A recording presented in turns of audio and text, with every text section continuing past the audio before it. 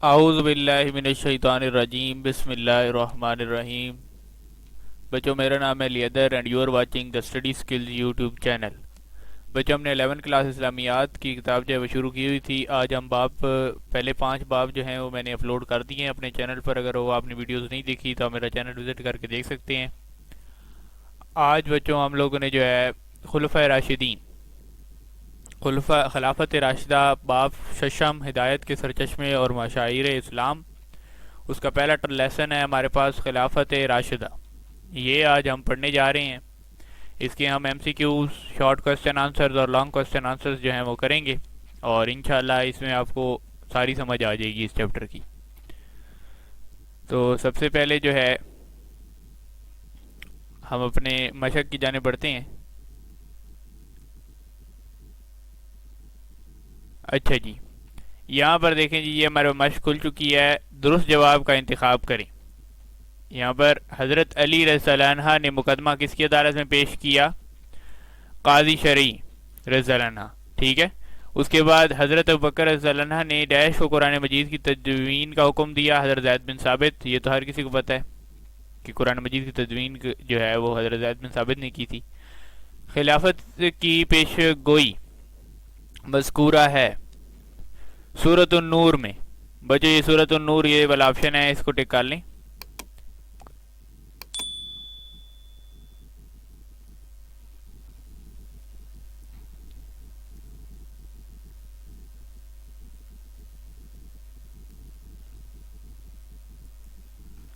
یہاں پر بچو یہ سورۃ النور ہے، ٹھیک ہے۔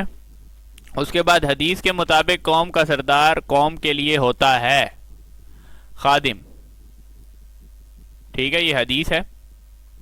انشاءاللہ شارٹ کوسچن آنسر میں آپ کو دکھاتا ہوں حدیث بھی۔ علم نحو کی بنیادی اصول کس نے بیان فرمائے؟ حضرت علی نے، حضرت علی رضی اللہ عنہ نے، ٹھیک ہے۔ تو ہمارے پاس ایم سی کیو سارے ہو چکے ہیں۔ اب ہم اپنے شارٹ کوسچن آنسرز کی جانب بڑھ رہے ہیں۔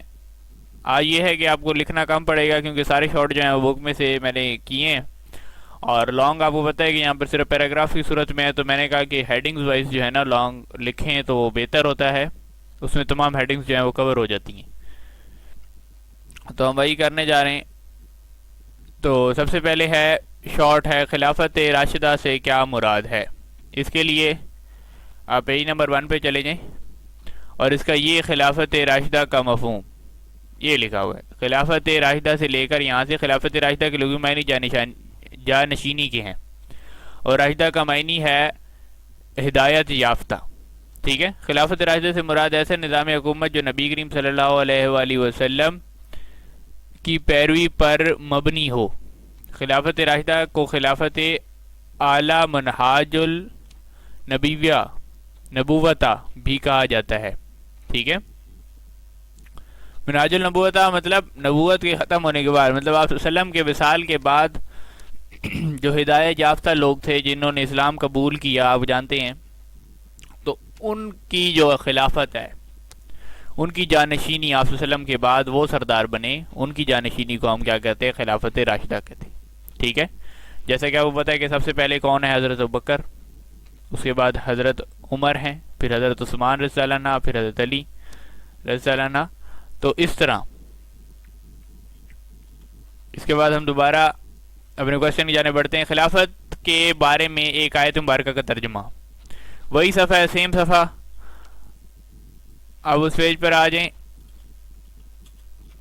اور یہاں پر یہ نیچے آیت، اسی کی نیچے آیت لکھی ہوئی ہے، یہاں سے لے کر یہاں تک۔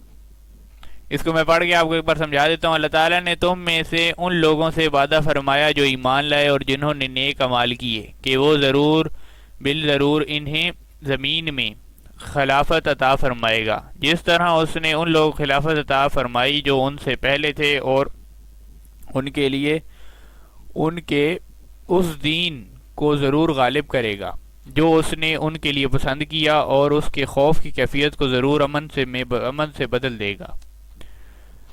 میری عبادت کریں گے، میرے ساتھ ہی کسی کو شریک نہ ٹھہرائیں گے، اور جو اس کے بعد بھی ناشکری کریں تو ایسے لوگوں ہی فاسق ہیں، ٹھیک ہے جی۔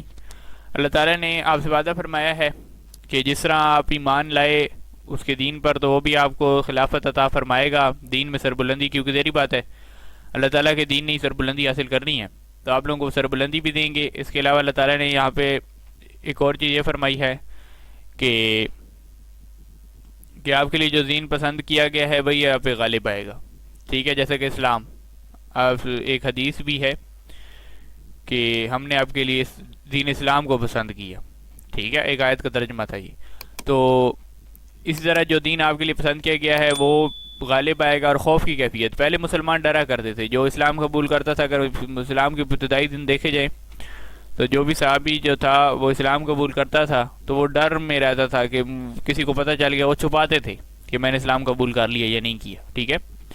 وہ چھپایا کرتے تھے تاکہ جو ہے ہمیں نقصان نہ ہو جائے، ہمیں تکلیفیں نہ ہو جائیں۔ تو اس جو خوف تھا اللہ تعالیٰ نے اس کو اللہ تعالیٰ نے آیت مبارکہ میں فرمایا ہے کہ وہ جو خوف کی کیفیت ہے نا آپ لوگوں پہ، جو مکہ والوں کا خوف ہے، وہ انشاءاللہ ختم ہو جائے گا اور امن میں بدل دی جائے گا۔ اور میری ہی عبادت کرے، اللہ تعالیٰ کہتے ہیں کہ میری ہی عبادت کریں اور کسی کو میرے ساتھ شریک نہ ٹھہریں، اور جو اس کے بعد ناشکری کریں۔ اگر اس کے باوجود بھی آپ ناشکری کرتے ہیں، آپ کو خلافت بھی دے دی گئی، آپ پہ امن بھی آ گیا، آپ ہر طرح سے آپ کو مشکلات سے جو ہے کا حل آپ کو مل گیا، لیکن اس کے باوجود بھی اگر آپ ناشکری کرتے ہیں تو پھر ایسے لوگ فاسق ہیں، ٹھیک ہے؟ چلیں جی، اب اس کے بعد ہم دوبارہ مشق کی جانب بڑھتے ہیں۔ اس کے بعد ہے خلافت راشدہ کے بارے میں ایک فرمان نبوی لکھیں۔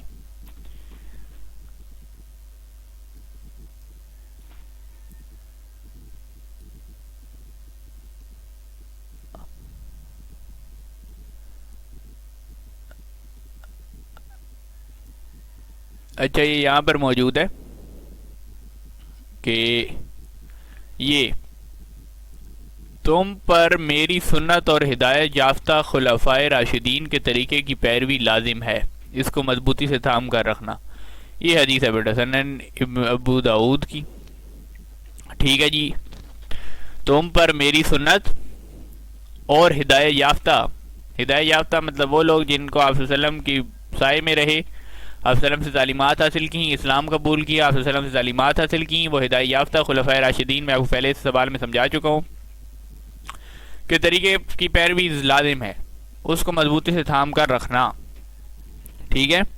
جو انہوں نے طریقہ اختیار کیا، جیسے کہ آج کل ریاست مدینہ کی باتیں اور یہ جو حضرت عمر نے قائم کی تھی، تو ان کا جو طریقہ ہے اس کی پیروی آپ پر لازم ہے۔ یہ حدیث ہے سنن ابن ابو داؤد کی، امید ہے سمجھ آ گئی ہوگی، آسان سی حدیث ہے۔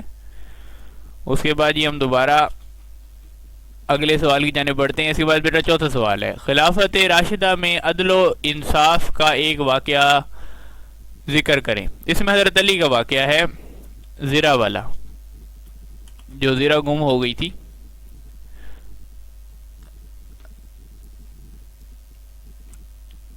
اس میں مجھے یہ والا واقعہ بہت اچھا لگا، کیونکہ ایک بار ایسا ہوا کہ میں آپ کو واقعہ سناتا ہوں کہ ایک بار ایسا ہوا کہ حضرت علی رضی اللہ عنہ اپنی زرہ جو ہے وہ بھول گئے اور وہاں سے چلے گئے، تو ایک یہودی تھا، اس نے وہ زرہ پڑی ہوئی دیکھی تو وہ اٹھا لی، اور بغیر کہ وہ اس کے مالک کو ڈھونڈتا اس نے جا کے اس کو بازار میں بیچنا چاہا۔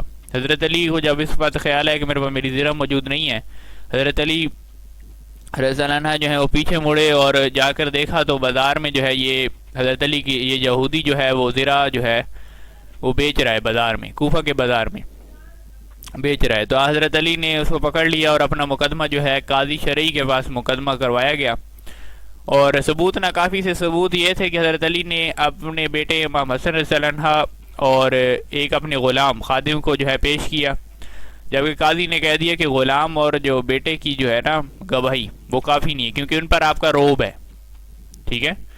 کیونکہ آپ اس کے والد ہیں، آپ اس کو ڈانٹ ڈپٹ کر بھی کہہ سکتے ہیں کہ آپ نے یہ لے کر دینی ہے۔ تو حضرت علی نے جو ہے یہ فیصلہ سن کر جو ہے دستبرداری کر لی تھی، اور زرہ ان کی تھی، لیکن کیونکہ ناکافی ثبوت تھے تو قاضی نے جو ہے ان کے خلاف فیصلہ کر دیا۔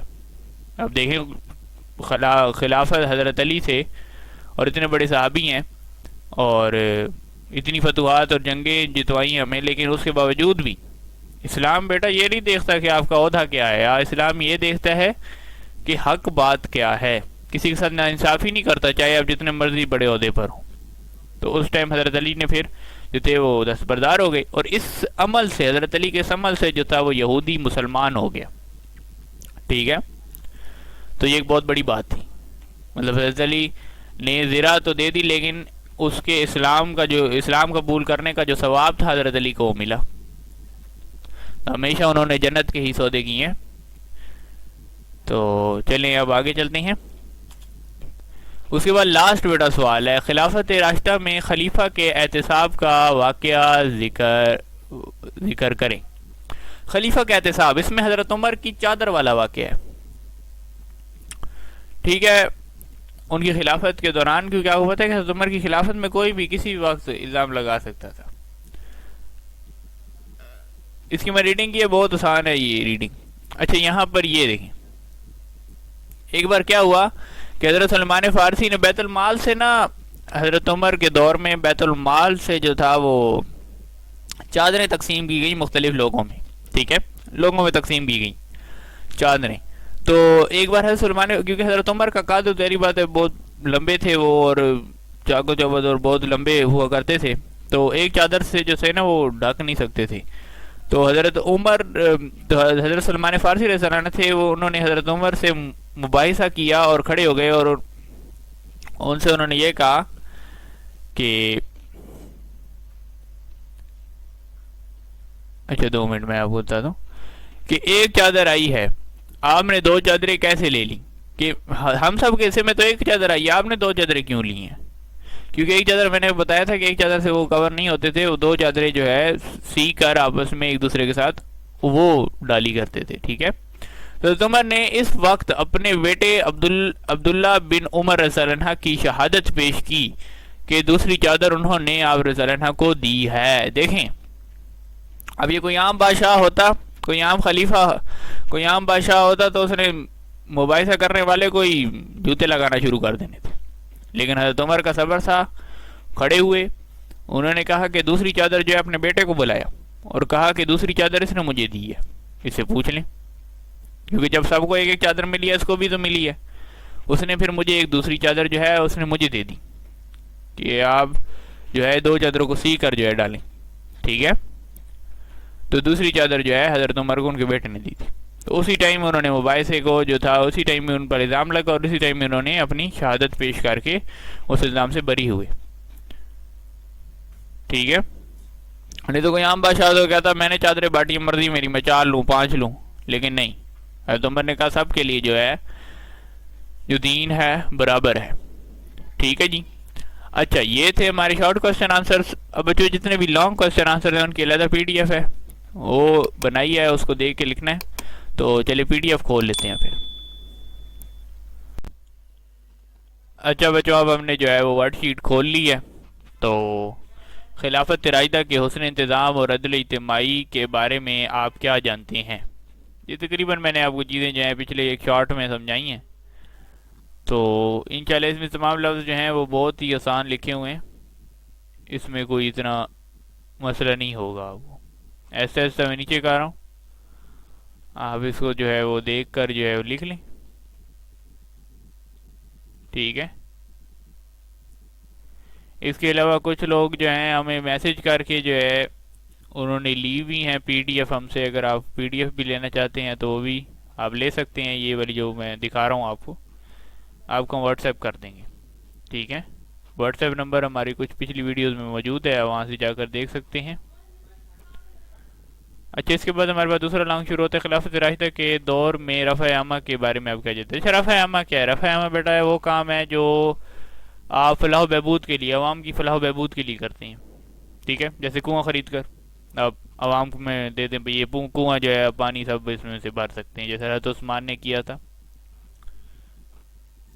یہ خلافت راشدہ ایک بار میں بہت ہی سکون سے جو ہے نیچے کر رہا ہوں تاکہ آپ ایزیلی جو ہے وہ دیکھ سکیں. اس لیے کے علاوہ نہ پڑھنے کی وجہ بچوں یہ ہے کہ بہت لمبا ہو جاتا ہے کام.